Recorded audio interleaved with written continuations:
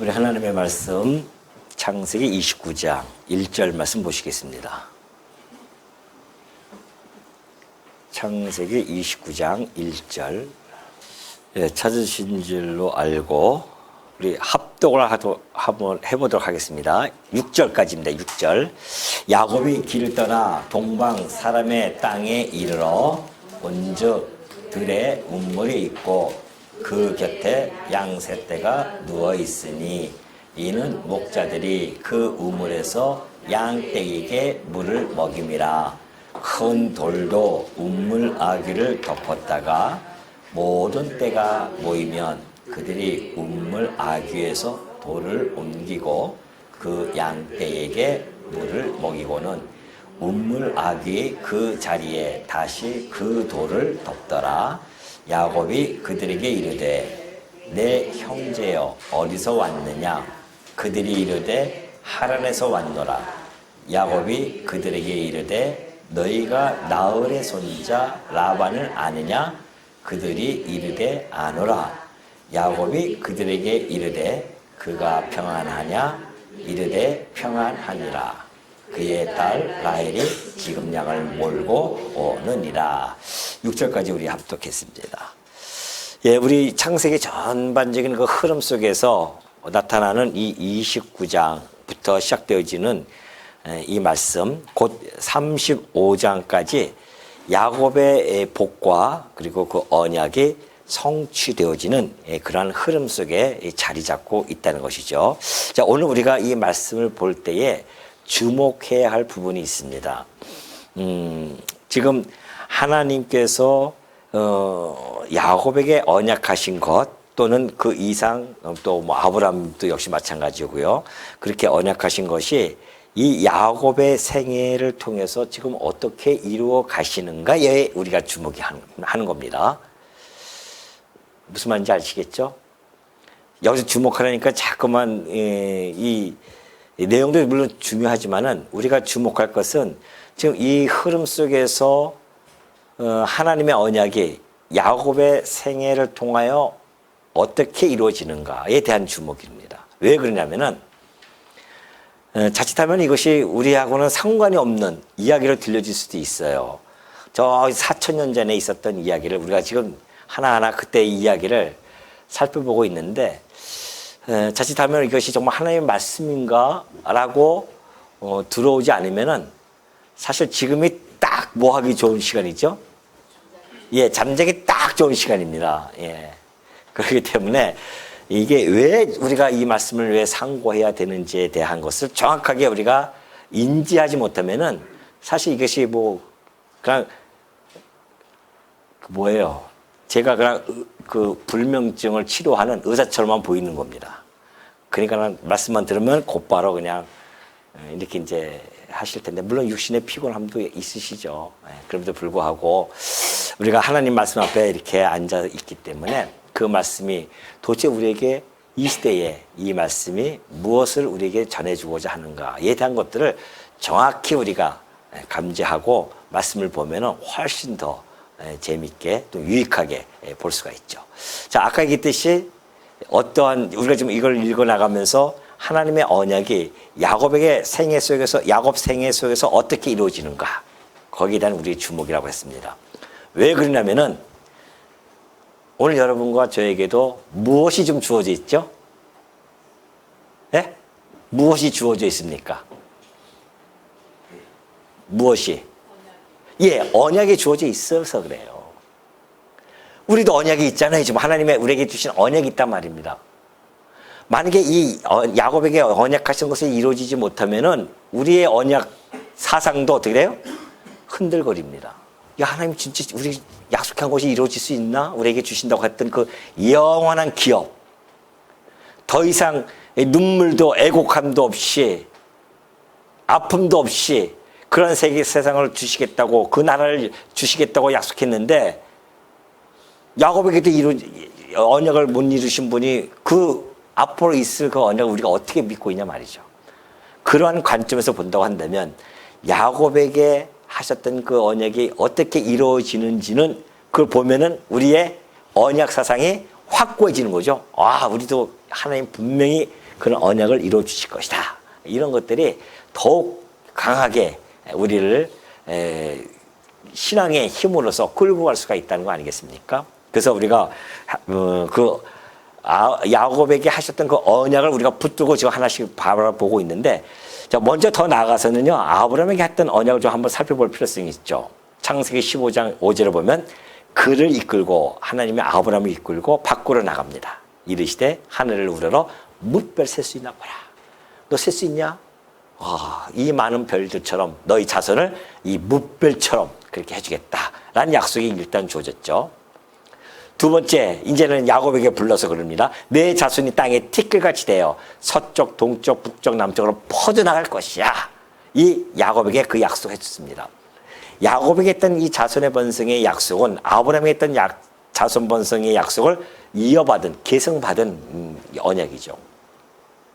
그리고 또 하나 있습니다. 야곱에게 하나님이 베델이죠. 우리가 바로 전에 28장에서 살펴본 내용 아닙니까? 내가 너와 함께 있을 거야. 너를 지킬 거야. 이 땅으로 돌아오게 할 거야. 너에게 허락한 모든 일들을 이루어질 때까지는 내가 너 떠나지 않을 거야. 이 엄청난 약속을 받죠, 야곱이. 그러니 광야길에서 20일 형으로부터의 도피를 하고 형이 죽인다고 하니까 막 도망간 거 아닙니까? 급하게. 그러면서 도망가면서 외로움, 힘듦, 이것이 그날 밤 베델에서 하나님을 만나고 이 언약을 딱 받고 나서는 어떻게 해요? 여러분 같은 경우는 그런 깜깜한 속에서 하나님을 만나고 그 약속을 받고 내가 너 함께 있을게, 걱정하지 마. 내가 이 땅으로 다시 돌아오게 할 거야. 영원히 네가 이방의 객이 되어져서 거기서 끝나지 않게 내가 반드시 이 땅에 돌아오게 해줄게. 이것도 역시 아브라함에게 했던 약속을 이어받아서 지금 해주고 있는 거죠. 그러면서 이거 다 이룰 때까지 내가 떠나지 않을 거야. 우리는 여기에 주목을 하는 거예요. 정말 하나님이 어떻게 해요? 야곱과 함께 있는지, 또 야곱을 지키고 계시는지, 이 땅으로 돌아오게 하시는지, 정말 떠나지 않고 그 일을 다 이루어질 때까지 하시는지, 자손을 다 번성시켜 나가는지, 여기에 우리가 주목을 해야 된다. 그럼 아까 얘기했듯이 이 야곱에게 만약에 이런 일들이 그대로 이루어졌다고 한다면 오늘 여러분에게도 우리에게도 약속이 주어져 있잖아요. 우리와 어떻게 하신다? 하나님이 함께 한다고 하셨잖아요. 이게 믿어지는 거예요, 이제. 야곱에 함께 하시는 하나님, 그렇다고 한다면 우리와 약속했던 그 하나님도 우리와 함께 있지 않겠는가? 우리를 지켜가실 것인가? 아니, 지키지 않을 것인가?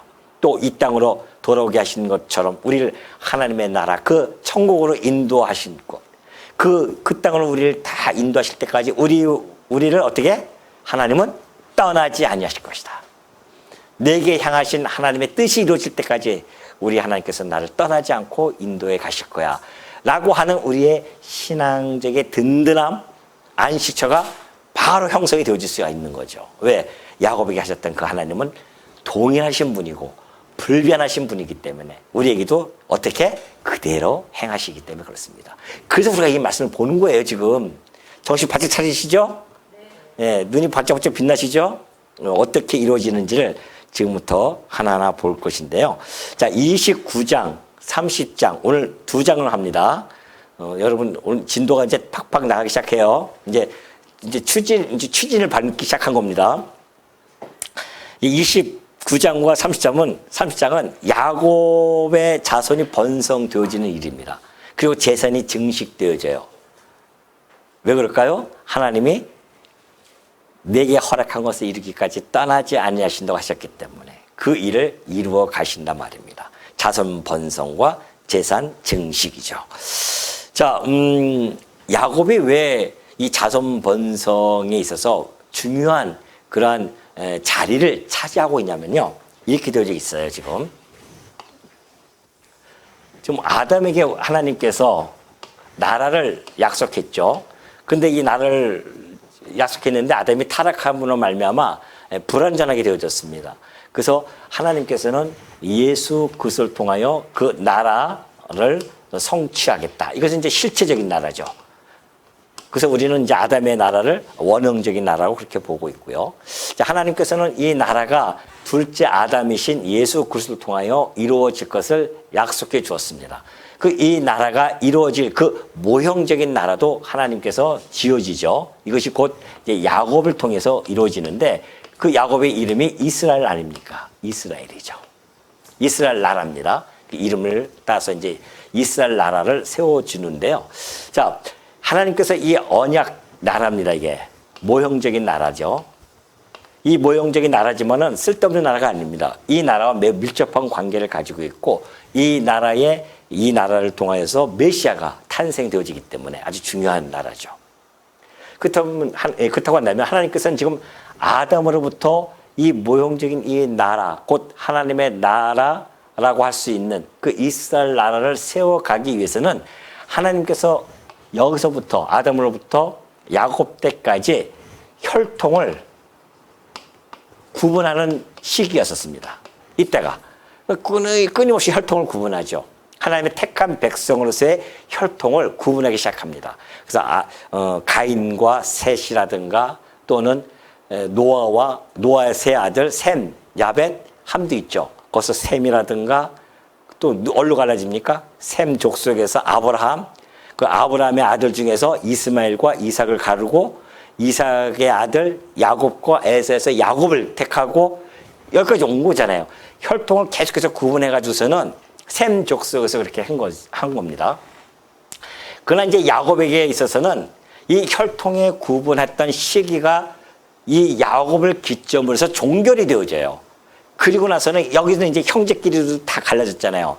여기는 혈통을 구분하는 것이 아니라 혈통 확장입니다. 혈통 확장. 혈통을 확장시키는 시기입니다. 뭐 할 때까지? 나라가 형성되어질 때까지. 이 나라가 형성되어질 때까지 혈통을 확장시키는 시기예요. 이때가. 그래서 하나님께서는 이 나라를 세우기 위해서는 먼저 백성이 필요하죠. 이 백성을 곧 12지파를 통하여서 하나님께서는 이 혈통을 확장시키는 겁니다. 그래서 여기서는 누구를 뭐 루벤이라든가 뭐 유다라든가 이렇게 특별히 택한 것이 아닙니다. 12족속이 다 혈통 안에 하나님의 택한 백성의 혈통 안에 다 들어가죠. 여기서는 계속 나눠졌잖아요. 이스마엘이라든가 뭐 이삭, 에서와 같은 배에서 난 에서와 야곱도 갈라졌어요. 그러나 여기서는 이제 12족속이 다 하나님의 택한 백성으로서 드디어 나라의 기초를 세우는 작업, 그 기점이 야곱 때입니다. 그래서 이것이 아주 중요한 시점이 이제 된 것이죠. 자, 그렇다고 한다면은 이제 이 야곱이 어떻게 자손이 번성되어지는지를 29장에서 너무나 리얼하게 잘 보여주고 있죠. 자, 1절부터 14절까지 내용을 보면요. 야곱과 라반 지방과의 만남이 이루어집니다. 자, 밧단 아람에 도착을 해요. 1절을 보면 그러죠. 야곱이 길을 떠나 동방 사람의 땅에 이르러 그래요. 야곱이 길을 떠난다고 하는 것은 의역을 한 겁니다. 직역을 보면은 발을 이렇게 들어서라는 뜻이에요. 발을 들어서. 그러니까 무슨 이야기입니까? 지금 그 베델 지역에서 하나님을 만났어요. 약속을 받았습니다. 야곱은 한결 발걸음이 어떻게 됐을까요? 가벼운 거예요, 이제. 하나님 나와 함께하고 계셔. 자기는 서원까지 했지 않습니까? 그래가지고서는 그 하나님을 만나고 나서는 그의 눈빛이 달라집니다. 그의 생각도 달라지고 마음가짐도 달라졌어요. 아니, 베델에 오기까지는 얼마나 무거운 마음으로 왔겠냐 말이죠.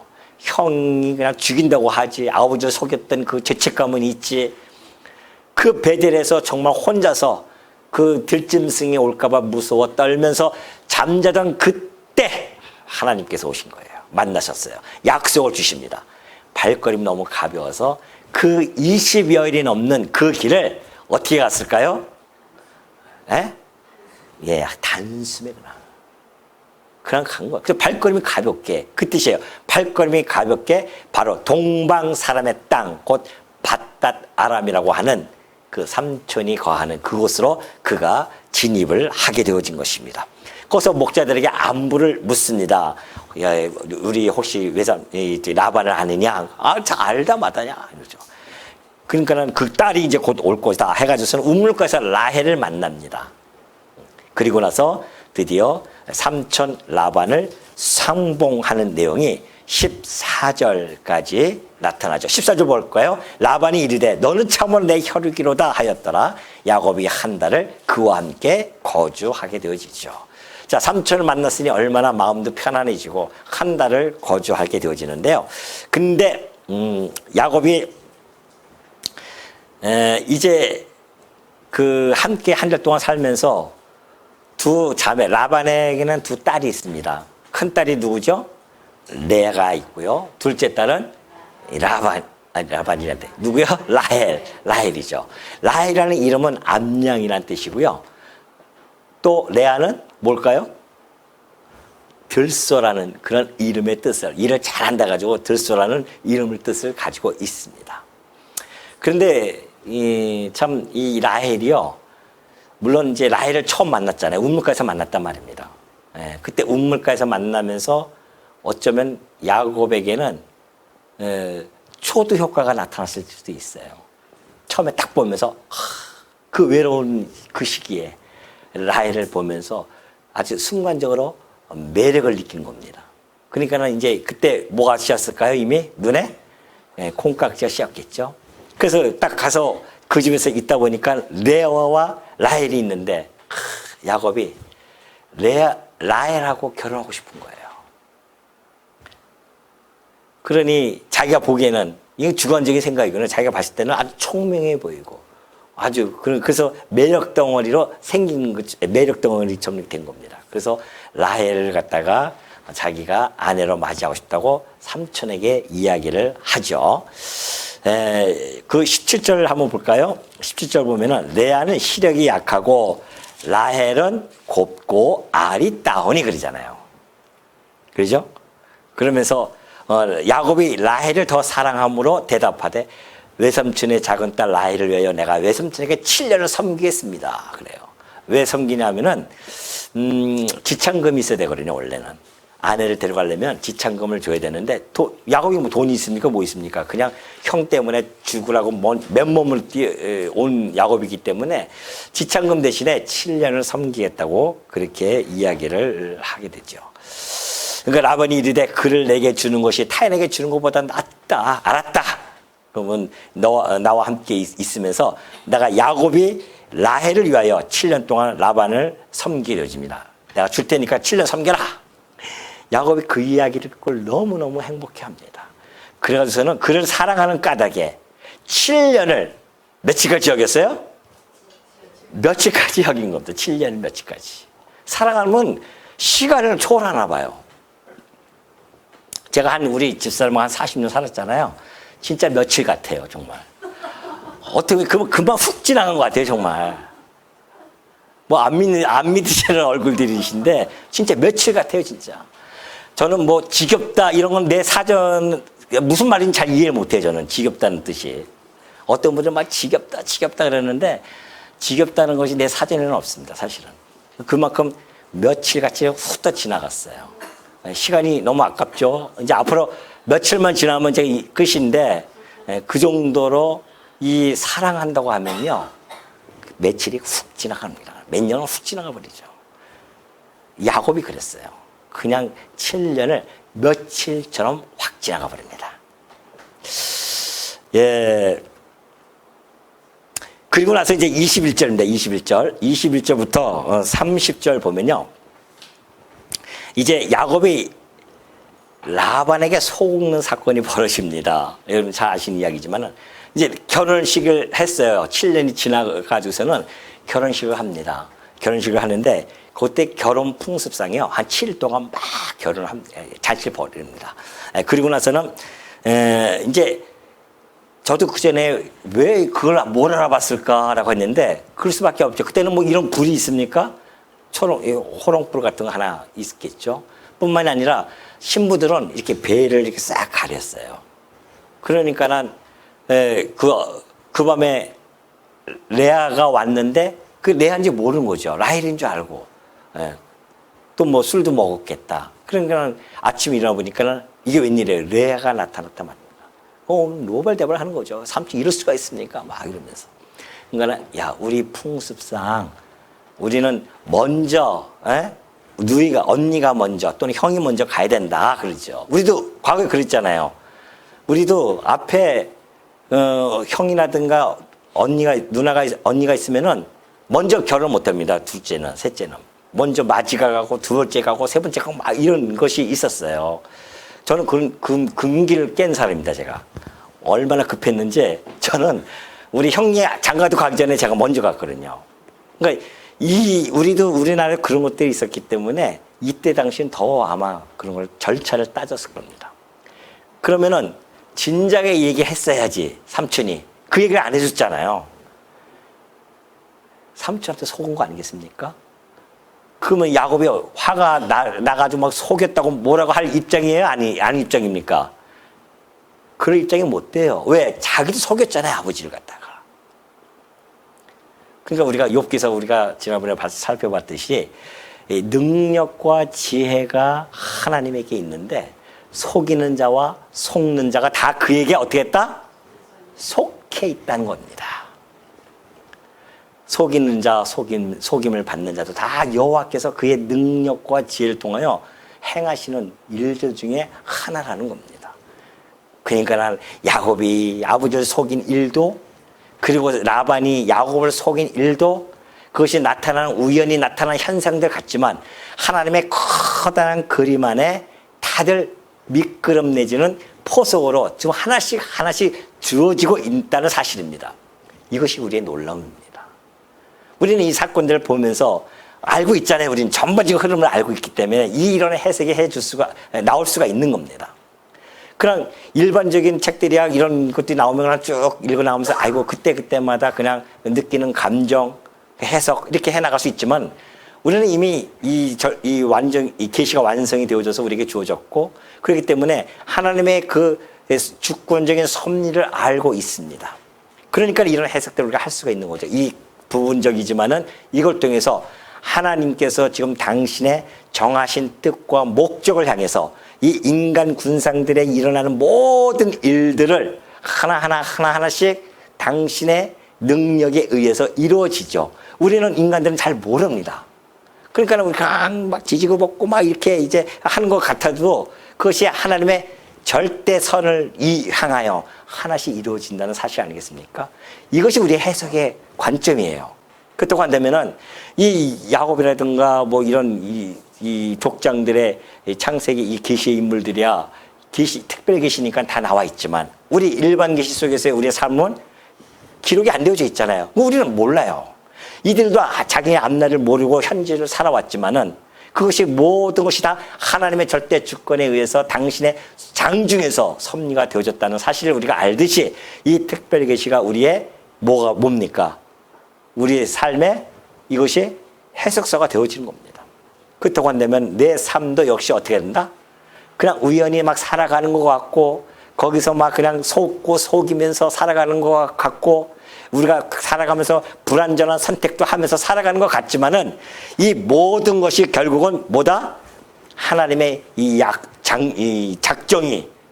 작정 섭리로서 하나님께서 지금 하나하나 다 이루어 가신다. 이걸 우리가 알 수가 있는 겁니다. 그렇기 때문에 지금 하나님께서는 그러면 라헬을 택했죠. 25절 한번 볼까요? 25절. 라반이 이르되 언니보다 아우를 먼저 주는 것은 우리 지방에서 하지 아니하는 바이다. 그렇게 아주 딱 그냥 시침을 뗍니다. 이를 위하여 7일을 채우라. 우리가 그돈에게 주리니 내가 또 나를 7년 동안 섬길지니라. 이번에는 그럴듯하게 조건을 제시합니다. 7년 기다려서 라헬이 아니라 날 좀 줄 테니까 7일 동안 또 해가지고선 줄 테니까 앞으로 7년 동안 더 나를 섬기라. 도와 14년 동안 그렇게 하라는 것이죠. 결국은 이제 이 라헬을 얻기 위해서는 어쩔 수 없잖아요. 그래서 또 그렇게 하게 되어집니다. 어떻게 보면 그래요. 자, 이것도 하나님의 이제 이 섭리죠. 라헬을 만약에 레아를 사랑했다고 한다면 라헬이 아내가 안 되어줄 수 있습니다. 그럼 레아만 가지고 살 수 있죠. 가지고 레아와 함께 살 수 있단 말입니다.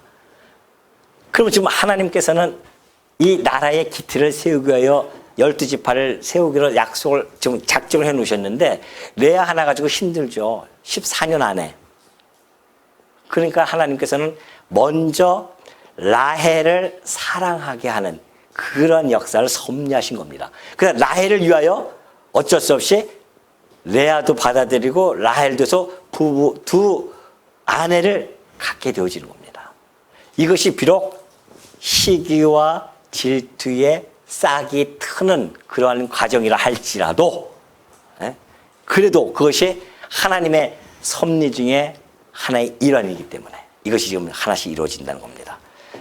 우리는 이런 것을 좀 해석해 볼 수가 있는 거죠. 자, 그렇다고 한다면은 이제 30절까지는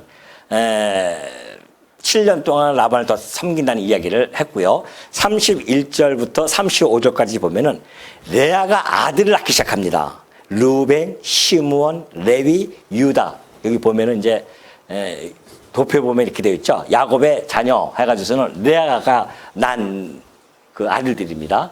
루벤, 시므온, 레위, 유다. 이상하지 않습니까? 아니, 야곱이 레아보다도 누굴 더 사랑해요? 라헬을 사랑한다고 한다면 라헬에서부터 막 아기들이 나와야 될 거 아닙니까? 출생이 돼야 되는데 이게 웬일이에요? 라헬은 아기를 못 낳아요. 오히려 레아가 막 그냥 첫 아들, 둘째 아들, 막 아들 막 낳기 시작합니다. 근데 거기서 재미있는 표현이 있죠. 자, 31절에 보면 그래요. 여호와께서 레아가 사랑받지 못함을 보셔요. 야곱이 노골적으로 이렇게 보여줬나 봐요. 레아가 사랑을 못 받습니다. 그러니까 얼마나 참 레아 입장으로서는 괴롭고 힘들겠습니까? 그때에 하나님께서는 레아의 태를 여시고 라헬은 어떻게 해요? 태를 안 여십니다. 그래서 자녀가 없습니다. 하나님께서는 이 고통받는 레아를 오히려 위로해 주시고요. 그리고 사랑을 듬뿍 받는 라헬이 만약에 아들을 막 4명, 5명 낳으면 얼마나 기세가 오르겠습니까? 하나님께서는 라헬에게 근신케 하기 위해서 그렇게 지금 이 사랑받고 축복받았으니까 그 자식을 라헬에게는 안 주는 그런 하나님의 세심한 배려를 우리가 볼 수가 있죠.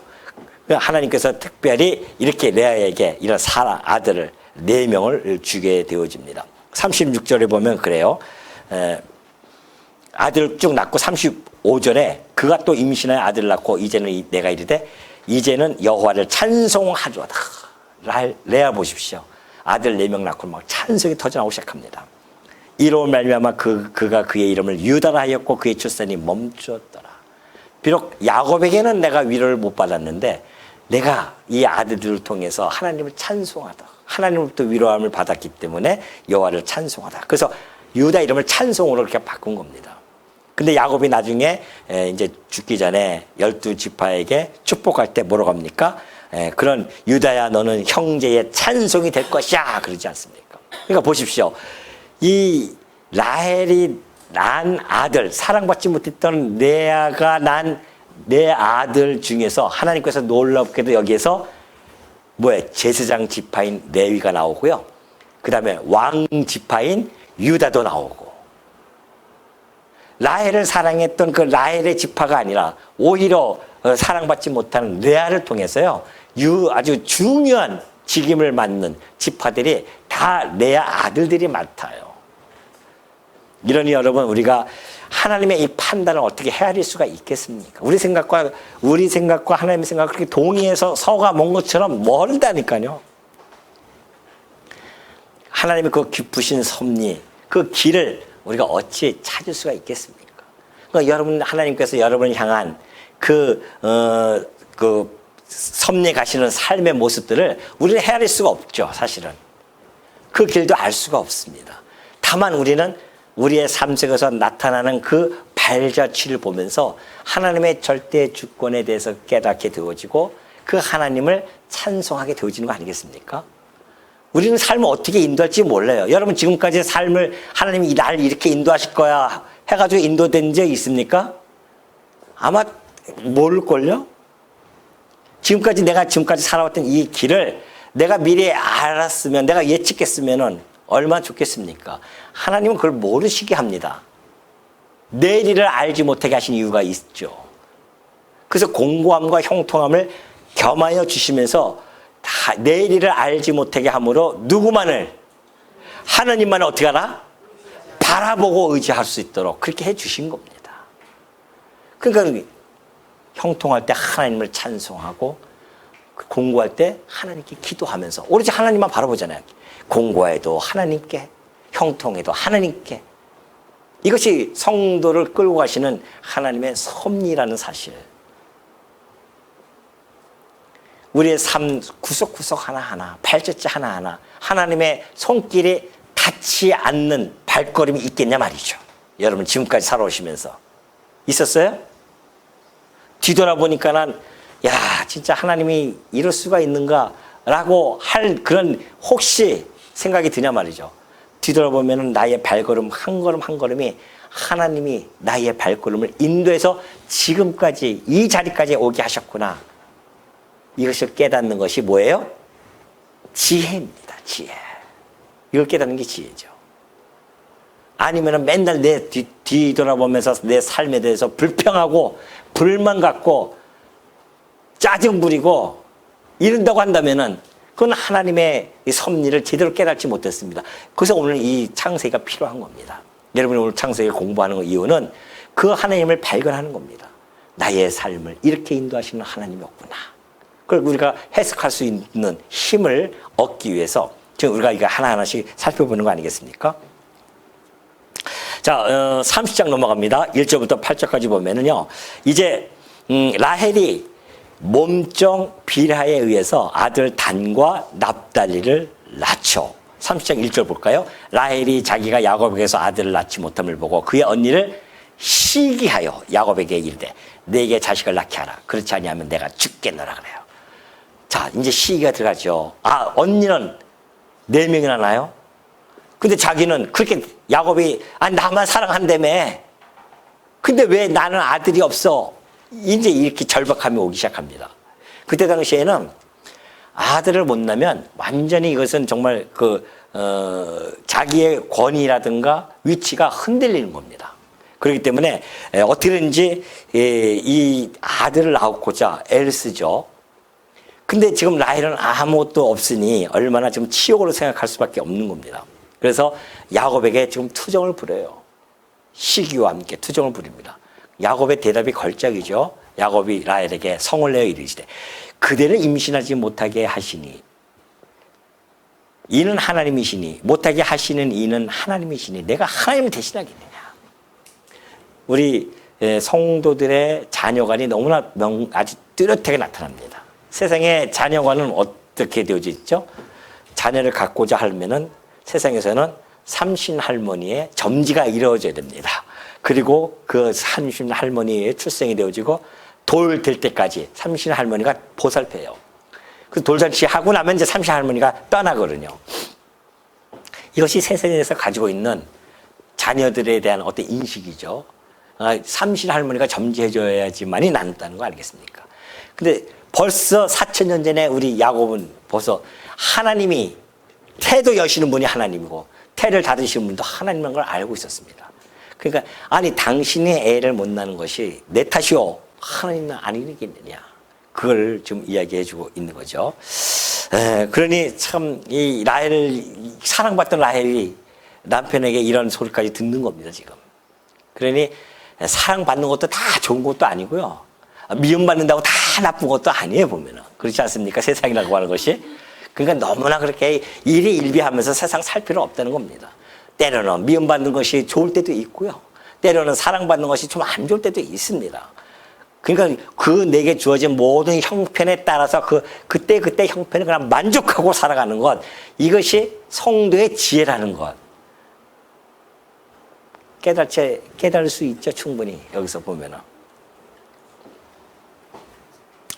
자, 8절 한번 볼까요? 8절 보면 그래요. 라헬이 이르되 내가 언니와 크게 경쟁하여 이겼다 하고 그의 이름을 납달리라 하였더라. 이게 무슨 얘기입니까? 3절에 보면 라헬이 이르되 내 여종 빌하에게로 들어가라. 그가 아들을 낳아 내 무릎에 두리니 그러면 나도 그들로 말미암아 자식을 얻기노라. 화가 나니까 라헬이 그냥 누구의 빌하, 라헬의 여종 빌하를 딱 집어넣습니다. 시기와 질투 속에서 이런 일들이 막 벌어지기 시작합니다. 그 와중에 최대 수혜자가 누구예요 지금? 야곱이에요. 막 야곱은 그냥 자식만 낳는 거예요 그냥.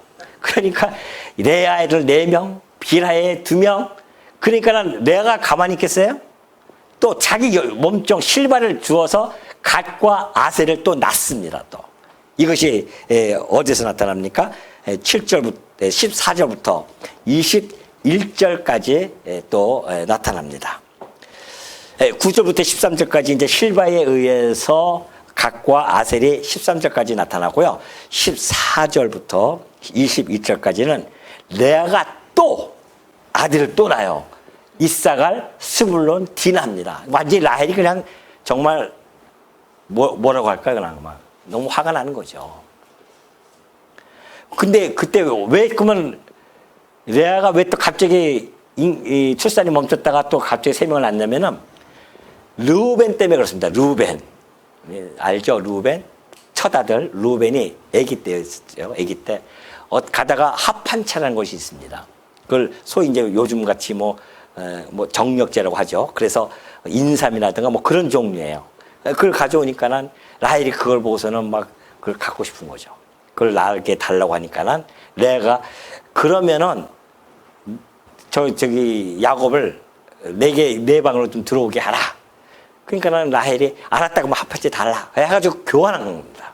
교환해가지고서는 야곱이 또 레아와 함께 아들 낳죠. 그게 이사갈, 스불론, 딸 디나까지 얻습니다. 아들 6에다가 딸까지 레아는 사랑받지 못했음에도 불구하고 이렇게 하나님이 풍성하게 레아에게 주었고요. 결국은 이 몸종들이 난 것은 다 레아의 그 주인의 아들들이 되어지는 거죠. 그러니까는 빌하가 난 2 아들도 레아의 아들들이 되어지고요. 그러면 그 다음에 라헬의 몸종이었던 빌하는 단과 납달리는 라헬의 아들로 들어가서 그렇게 되어집니다. 그렇다고 하더라도 자기 친자식이 아니니까 마음이 좀 라헬이 안 좋을 수밖에 없죠. 30장 14절 한번 볼까요? 14절 보면 그렇게 되어 있어요. 밀 거둘 때에 루벤이 나가서 들에서 합한채를 얻어 그의 어머니 레아에게 들었더니 라헬이 레아에게 이르되 언니 아들의 합한채를 청구하노라. 그것이 그 16절까지 나와 있고요. 그래서 지금 이 시기와 경쟁을 통해서 출산하는 내용이 21절까지 다 나타나 있습니다. 어떻게 보면은 시기와 질투, 경쟁 이래서 지금 막 이 백성들이 나타나기 시작하는 거죠. 이 출산 경쟁이 지금 그것도 꼴보기 싫잖아요. 그것도 자매인데 자매에 의해서 이런 일들이 벌어진다고 하는 것. 그리고 이게 막 생육번성이 되어지는 것 이런 것들이 하나님의 그 언약 생육번성하게 해주시겠다는 하나님의 그 언약과 그 자식들을 통해서 메시아가 오신다고 하는 그 과정적 섭리인 이 거룩한 역사 아닙니까? 지금 메시아가 탄생되기 위한 그러한 혈통을 좀 하나님께서 주시는 것인데 이 거룩한 역사에 품위가 완전히 전락되어질 수 있습니다. 만약에 이것을 시기와 경쟁으로 이 자식들이 낳았다고 우리가 해석해버리면, 그죠? 그러면 이거 얼마나 예수님의 이 혈통이 이 품위가 떨어지겠습니까? 그렇게 우리는 보여지지 않는다는 겁니다.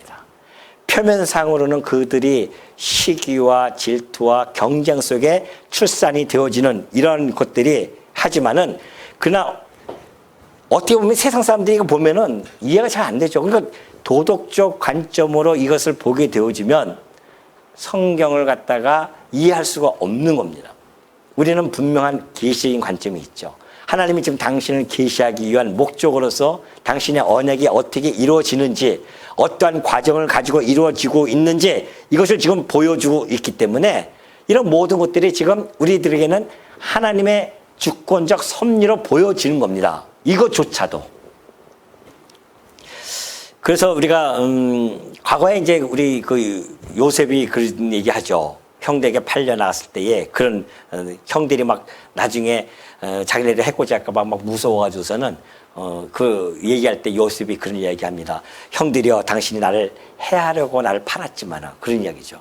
그러나 하나님이 그것을 선으로 바꾸지 않으셨습니까? 그것처럼 지금 시기와 질투를 통해서 막 경쟁을 했지만은 하나님이 이것을 오히려 선으로 바꿔서 생육 번성, 나라의 백성의 기틀을 마련해 나가는 하나님의 섭리가 이 안에 담겨져 있습니다.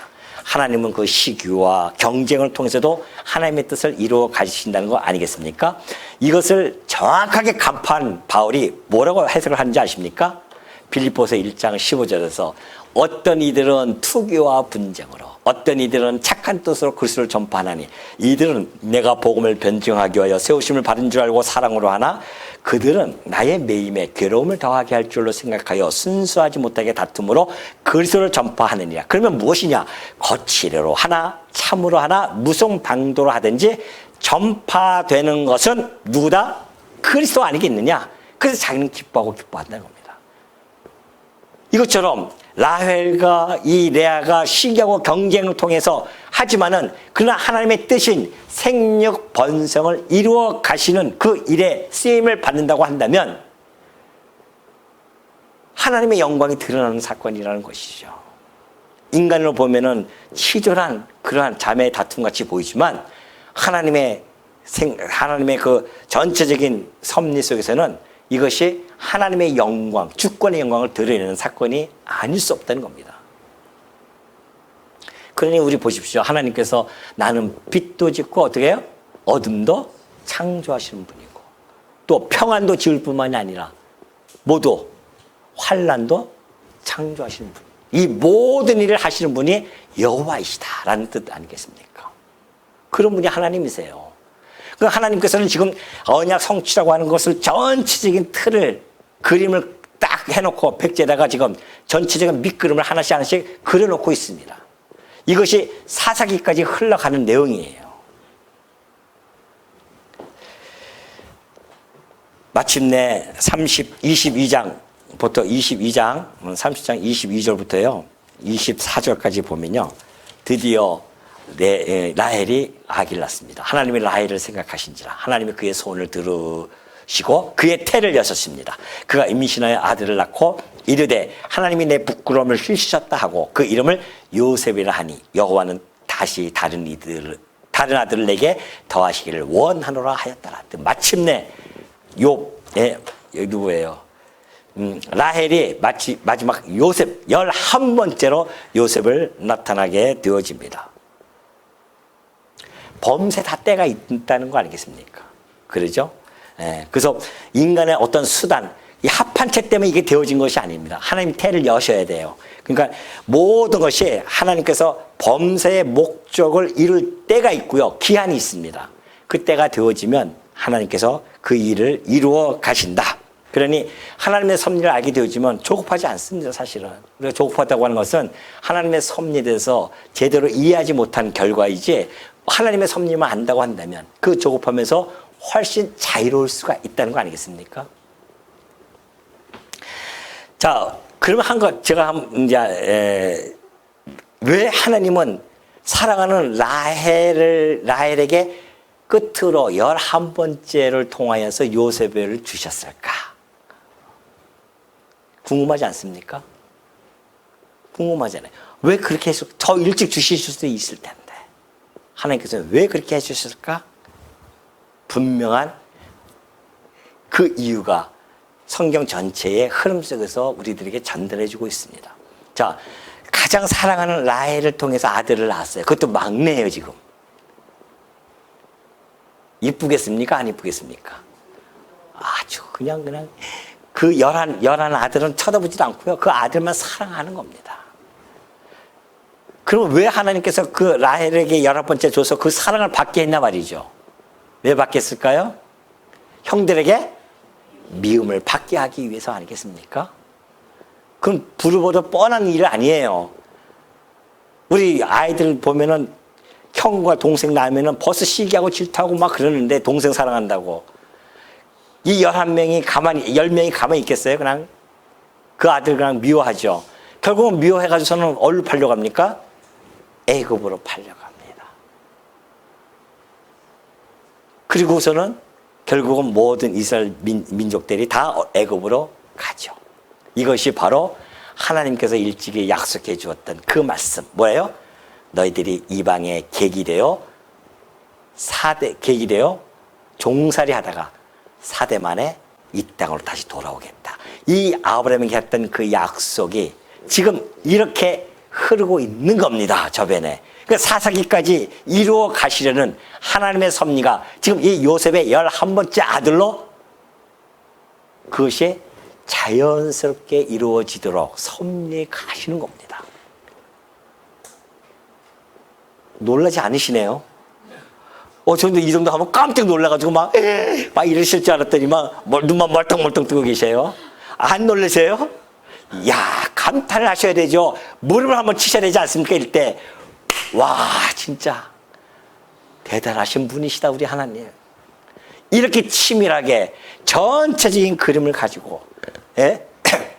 하나님께서 이 사사기까지의 흐름이 여기 지금 이 단초를 다가 하나씩 딱 만들어 놓으시고 섭리가시는 하나님.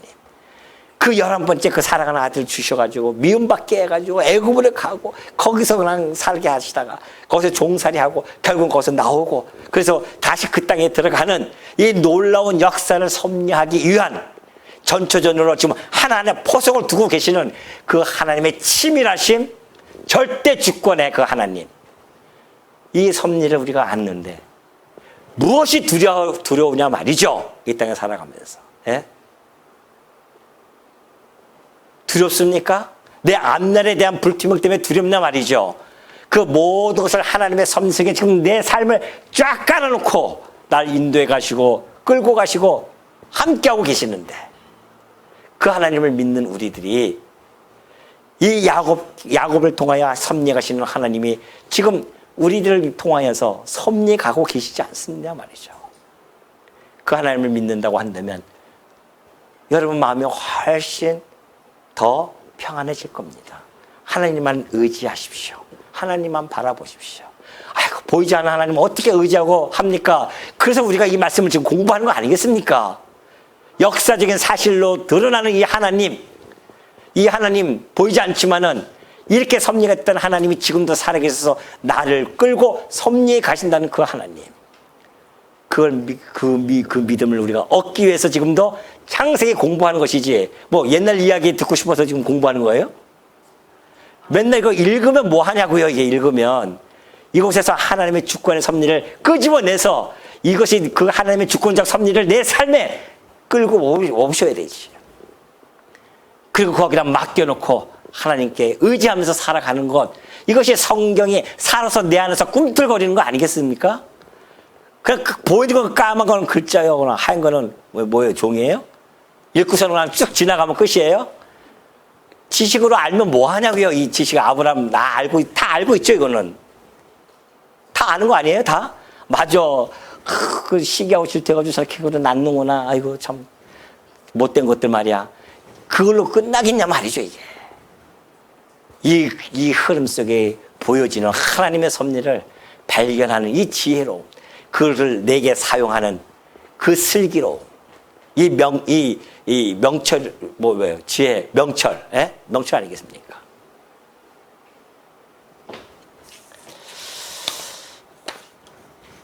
더 해나 뭐 할 거 없잖아요.